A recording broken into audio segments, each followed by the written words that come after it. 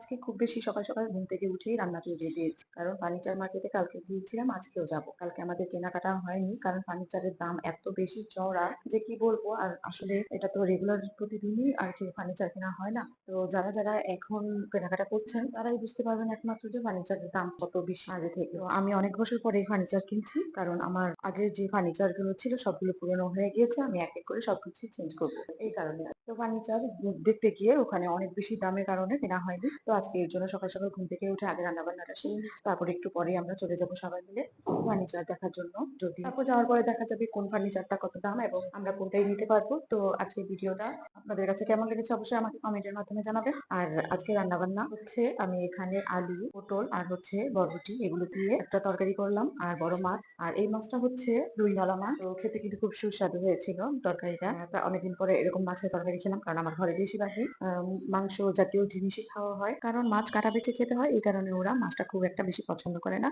তো যাই হোক, এরকম মাছ মাঝে মাঝে রান্না করে আমার অনেক কষ্ট করে ওদের খাওয়াতে হয়।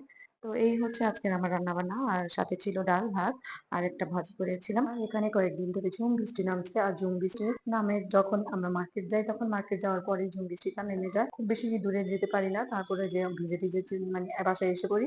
আর এর আগে ভিডিওতে কিন্তু আমি দেখিয়েছিলাম বৃষ্টির পানি জমেছিল মার্কেটের একদম সামনে, আমি খালি পায়ে কিন্তু বৃষ্টির পানির আনন্দটা নিচ্ছিলাম। তো যাই হোক, আজকে কি কি কেনাকাটা করব এবং কোথায় যাব সবকিছু নিয়ে পরবর্তী ভিডিওতে আপনাদের সাথে শেয়ার করার চেষ্টা করব। আজকের মতো এখানেই শেষ করছি।